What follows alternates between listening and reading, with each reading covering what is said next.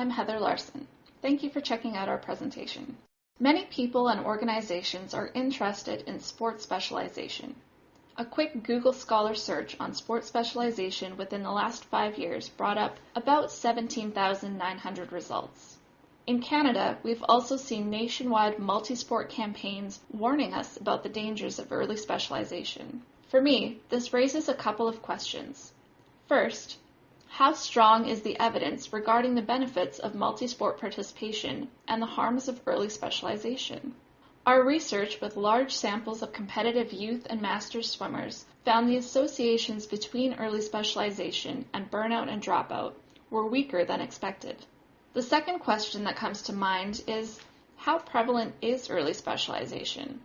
What do children's patterns of sport participation actually look like? Fortunately, we collected retrospective data from 265 Canadian athletes who ranged in age from 12 to 17, with a mean age of 13.8. Although these athletes were all involved in competitive swimming at the time of data collection, we recruited them from both year-round clubs and summer clubs, which typically operate from May until August, leaving plenty of time for participation in other sports. Our swimmers' parents completed questionnaires about the swimmers' sport backgrounds, including the total number of sports in which they participated at each age from 6 to 12. This is where the data visualization comes in. We entered these data into an Excel spreadsheet, one participant per row, then applied conditional formatting based on the number of sports at each age. The darker the blue, the more sports they were doing that year. This was the results. But we're looking at less than 20 participants here. To see the data and trends for all 200 plus participants at a glance required 2 more steps: shrinking and sorting. To see all of our results, pause this video and select the link below it to open a new tab. When you see this screen, select the forward arrow to start exploring. Feel free to leave comments for us and other viewers at any time. You'll be asked for an email address so you can be notified if someone responds to your comment. When you're done, come back and play the rest of the video. Here's what we saw when we looked at the data. Although all participants were involved in competitive swimming at the time of data collection, their sport backgrounds were incredibly varied. Just looking at age 6, we see non-participants, single sport participants, and a range of sampling from 2 to 5 or more sports. Then these trajectories start to change.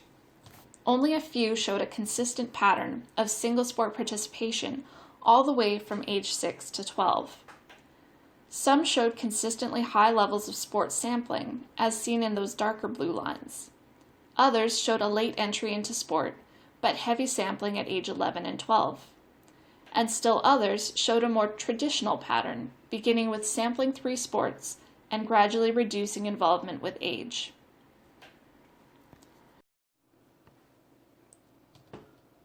We also saw differences by club type. It makes sense for summer swimmers to be involved in more sports, as it's only 4 months and attendance requirements generally aren't as strict as in year-round clubs. But what was interesting here was the strong pattern of sampling throughout their sport background. They were all involved in at least one sport at age 6 and tended to increase from there, as opposed to the year-round cohort where we saw a number of participants who didn't engage in sport until later on. Finally, we also noticed strong trends towards secondary sampling.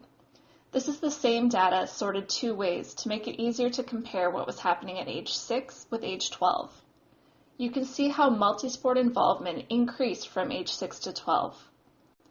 This contradicts developmental models like the Canadian one shown here, which recommends a gradual decrease in multi-sport involvement as athletes approach adolescence.